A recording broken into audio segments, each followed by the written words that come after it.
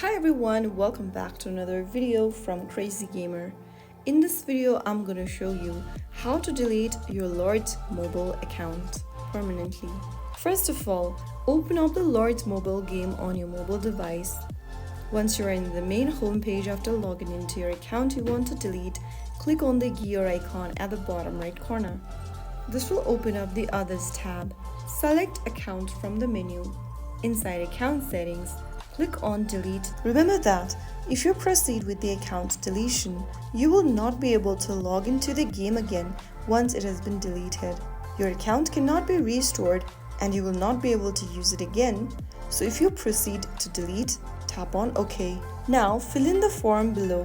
Scroll down and then select this little drop down and click on Confirm deletion of this account, and then go ahead and enter the registration date. You can enter the date when this account first logged into the game, and also enter the name of the country or region where this account was first used to log into the game. Under Reason for Account Deletion, choose any one reason and then click on the Submit button at the bottom of the screen to submit the ticket. The Lord's mobile support team will review your request and they may ask for identity verification to confirm ownership. Once approved, your account will be deleted permanently.